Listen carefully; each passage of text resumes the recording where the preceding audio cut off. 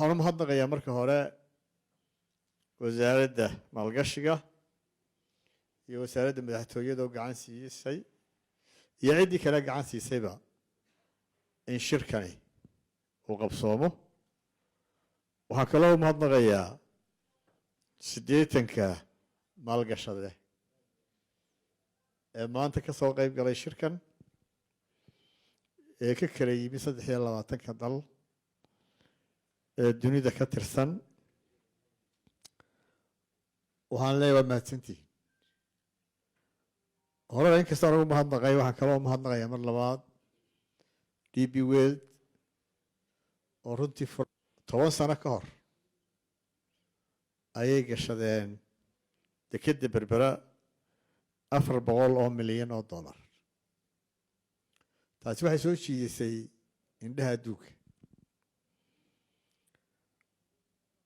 waxaana Somaliland intii xukuumadda cusub timi aad u dhiirigelisay inay Somaliland tahay dal degan, siyaasiyan nabad ah, soo dhaweynaya maalgashiga dunida oo dhan meeshu ka imanayaba ha ka yimaado. hadduu dalalka carbeed walaalnahay ka imanayo, dalalka Afrikaan walaalaha nahay, iyo dhammaan dunidaba Asia, Yurub, Maraykan, cid kasta waa soo dhaweynaynaa muwaadiniinta, dadka Soomaaliyeed dhammaantood iyo dhammaan ajaanibta dunida oo dhan ciddii maalgashanaysa Somalilandba waxaan leenahay albaabadu way furan yihiin. Somaliland sidii guddoomiyuhu sheegayay waa dal hodan ah laakiin weli lagu tilmaamayo inuu dal faqiir yahay. aniguna safaradaydii intii ugu badnayd waxaan dhiirigelinayay maalgashiga. 3 jeer baan tegay Imaaraadka, Kenya waan tegay, Qatar waan tegay, meelii kale iyo cid kastoo inoo timaadaba waxaanu ku dhiirigelinaynaa in Somaliland ay aad iyo aad ay tahay fursad dahabiya maanta oo sida loo soo kala horeeyo ay dadkuna uga faa'iidi doonaan haddii la yidhaahdo. Somaliland waxay hodan ku tahay xoolaha nool, waxay hodan ku tahay dhul beereed dihin, waxay hodan ku tahay bad 850 kilomitir ah oo aan laga faa'iideysan.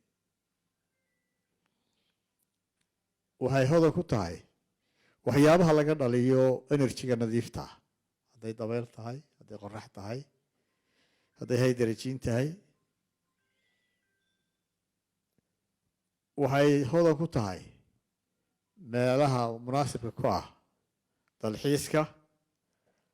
waxay hodan ku tahay shidaal.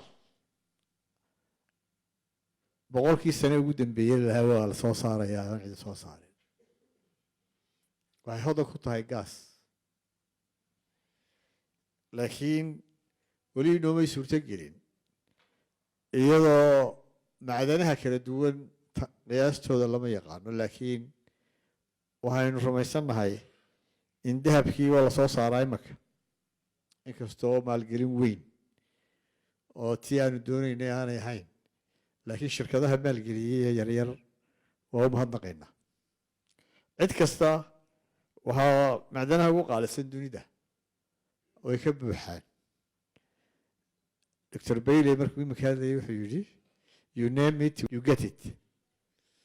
aduu wax sheego halkan waad ka helaysaa. markaas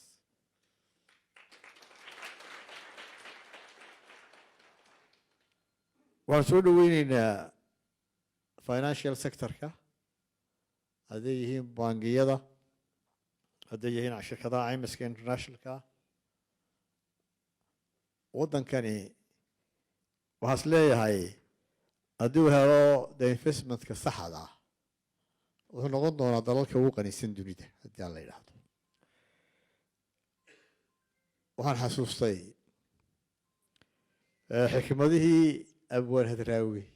wuxuu yidhi nin qaad iibinaya, qaadka waxaa laga yaabaa inaanay sidaa dee dadku markaa wuxuu yidhi haddii inuu dux leeyahay qaadkii duxda lahaa anaa haya buu yidhi